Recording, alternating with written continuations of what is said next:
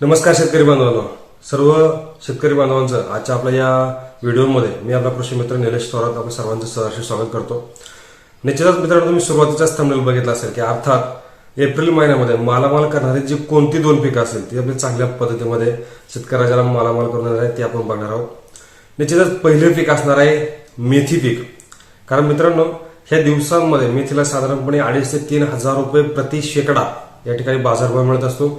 तर मेथी पिकाची चांगल्या पद्धतीमध्ये शेतकरी राजाला नफा किंवा मोबदला मिळू शकतो किंवा आपण मालामाल करण्याचे चान्सेस आहे। एकरी साधारणपणे 2 किलो प्रति गुंठा म्हणजे एकरी 80 किलो या प्रमाणामध्ये बियाणं लागत असतं। कारण का तसं काही शेतकरी बियाणं कमी वापरत असतात, पण आपण जास्त का धरतोय? कारण टेम्परेचर हाय असतं उन्हाळ्याच्या दिवसामध्ये एप्रिल महिन्यामध्ये। तर टेम्परेचर साधारणपणे 38, 39, 40 डिग्री सेल्सिअस तापमान असतं वातावरणामध्ये। त्यानंतर मर होण्याचे सुद्धा चान्सेस जास्त प्रमाणामध्ये होत असतात। त्यामुळे या ठिकाणी गुंठ्याला 2 किलो याप्रमाणे जर आपण मेथीचं बियाणं जर वापरलं तर खूप चांगल्या पद्धतीमध्ये आपण या ठिकाणी उत्पादन काढू शकतो। जरी मर झाली तर साधारणपणे गुंठ्याला 1 किलो 1.5 किलोचं जरी आपल्याला उत्पादन जरी मिळालं तरी आपल्याला शेतकऱ्याला मालामाल करणारं पीक आहे।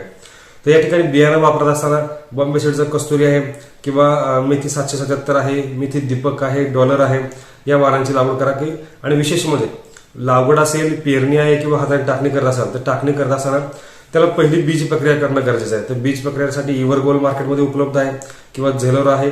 ते जे फंगिसाइड्स आहेत ते आपल्याला बियाणाला चोळून घ्यायचे आणि मग त्या ठिकाणी आपल्याला पेरणीच्या माध्यमात असेल किंवा टाकणी असेल हाताने ते त्या करून घ्यायचे। त्याच्यानंतर टाकणी केल्यानंतर लगेच या ठिकाणी तणनाशक वापरून घ्या। तणनाशका संदर्भातला स्पेशली व्हिडिओ आपण दिलेला आहे, तो बघून घ्या आणि त्या पद्धतीमध्ये करायचं। मेथी पीक 25 ते 35 दिवसाचं पीक आहे, चांगल्या पद्धतीमध्ये मालामाल करणारं पीक आहे। आणि नंतर स्टेप बाय स्टेप ज्या महत्वाच्या ज्या फवारण्या आहेत ते सुद्धा आपल्याला या ठिकाणी करून घ्यायच्या। तणनाशक फवारणी करून घेतल्यानंतर त्याच्यावरती येणारे नागाळे असेल आणि करपा रोग असेल तर करपाला साधा अँट्राकॉल जरी घेतलं तरी काम करेल।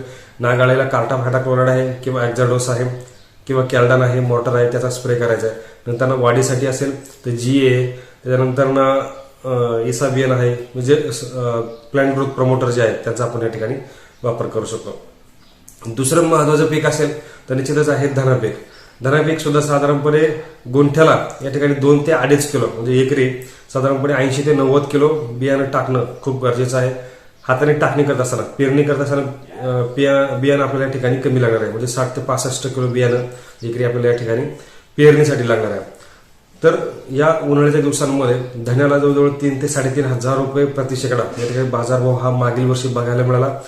तोच बाजारभाव या ठिकाणी सुद्धा राहू शकतो। कारण का या ठिकाणी पावसाचा जे प्रमाण व्हायला पाहिजे होतं, जो पाऊस व्हायला पाहिजे तो झालेला नाहीये। त्यामुळे पाऊस हा कमी प्रमाणात असल्यामुळे पाण्याचा मृतसाठा हा कमी आहे, काही ठिकाणी पाणी कमी आहे। त्यामुळे ज्या भागात पाणी असेल त्याच भागामध्ये धनापीक मेथी पीक घेतलं जाऊ शकतं, कारण या दोन्ही पिकांना पाणी लागत आहे। तर ज्या ठिकाणी पाण्याचा चान्सेस आपल्याकडे आहे, पाण्याचा स्रोत आपल्याकडे आहे, ते भागामध्ये जर धना पीक जर घेतलं तर याच्यात आपल्याला चांगल्या पद्धतीने पैसे होणार आहे।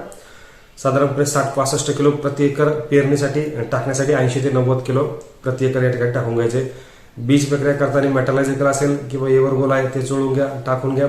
6व्या ते 7व्या दिवशी तणनाशक मारायचे आणि महत्वाच्या ज्या 3 फवारण्या आहेत धना पिकाला ज्या लागणार आहेत त्या आपण स्टेप बाय स्टेप दिल्या, ते सुद्धा तुम्ही बघून घ्या, म्हणजे तुमच्या लक्षात येऊन जाईल की आपल्याला काय करणं गरजेचं आहे।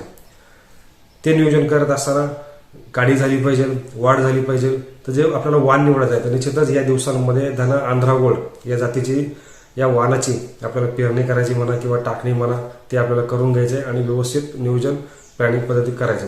आणि खत मात्रा व्यवस्थापन देत असताना या दोन्ही पिकांना असेल, जो अगोदरचं पीक सांगितलं आणि आताचं पीक सुद्धा, तर या ठिकाणी सुरुवातीला पेरणी करत असताना 12-32-16 असेल किंवा 15-15 आहे त्या NPK युक्त ज्या खताची ग्रेड आहे त्या अगोदरच पेरून द्यायची। नंतर उतरून आल्यानंतर महादनचं 24-24 असेल किंवा RCF फर्टिलायझरचा युरिया असेल ते आपण ऍप्लिकेशन या ठिकाणी टाकू शकतो किंवा पाण्यातून देऊ शकतो। पण युरिया जर असेल तर पाण्यातून द्या आणि महादनचं 24-24 असेल तर ते सुद्धा आपण हाताने वरून टाकू शकतो किंवा पाणी त्याचं पण पाणी करून आपण सोडू शकतो। तर ह्या पद्धतीमध्ये त्या ठिकाणी नियोजन करायचं, म्हणजे चांगल्या पद्धतीने शेतकऱ्याला मालामाल करणार ही 2 पिकं आहेत। चांगल्या पद्धतीमध्ये त्याचं नियोजन करा आणि प्लॅनिंग करून त्या ठिकाणी सक्सेसफुल ठरा। तर अशा पद्धतीमध्ये आपल्यासमोर छोट्याशा वेळामध्ये सांगण्याचा प्रयत्न केला आहे। निश्चितच ते तुम्हाला आवडेल अशा अपेक्षा आहे। धन्यवाद।